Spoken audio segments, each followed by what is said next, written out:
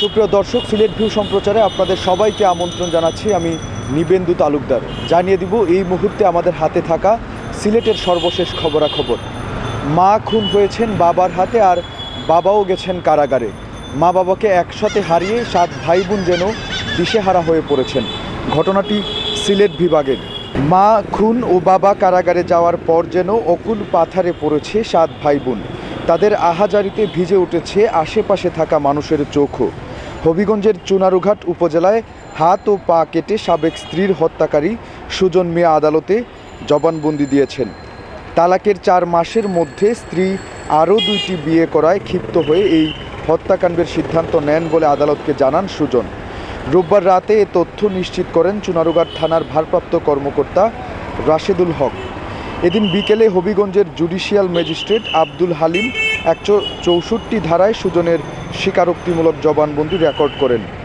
নিহত আকলিমা বেগম চুনারুঘাট উপজেলার খাতেমারা গ্রামের সুজন মিয়ার সাবেক স্ত্রী ও ছনখালা গ্রামের মৃত আব্দুর রশিদের মেয়ে। পুলিশ জানায়, রোববার সন্ধ্যায় কাজ থেকে ফেরার পথে সাবেক স্ত্রী আকলিমাকে পেয়ে ধারালো অস্ত্র দিয়ে কুপিয়ে হাত ও পা কেটে ফেলেন। পরে হাসপাতালে নেওয়ার পর ওই নারীর মৃত্যু হয়।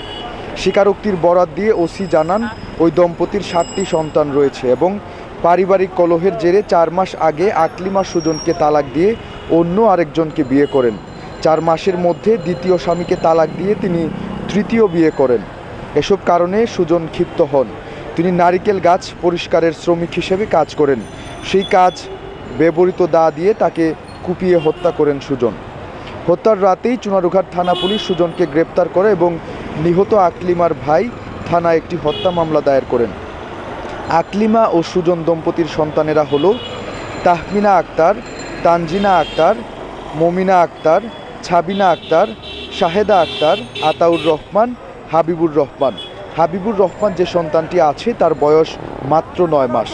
স্থানীয়রা জানান, মা মারা যাওয়ার পর 7 ভাই বোন তাদের নানা বাড়িতে চলে গেছে।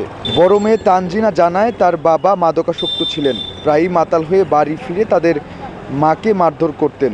এ কারণেই তাকে তালাক দিয়েছিলেন তাদের মা। দর্শক, দেখতেই পাচ্ছেন অত্যন্ত নির্মম একটি ঘটনা।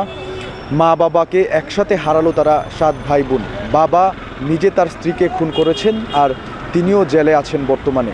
সব মিলিয়ে 7 ভাই বোন এখন দিশেহারা। এই ছিল সিলেটের সর্বশেষ খবরাখবর আমার কাছে। এতক্ষণ আমাদের সাথে থাকার জন্য সবাইকে অসংখ্য ধন্যবাদ।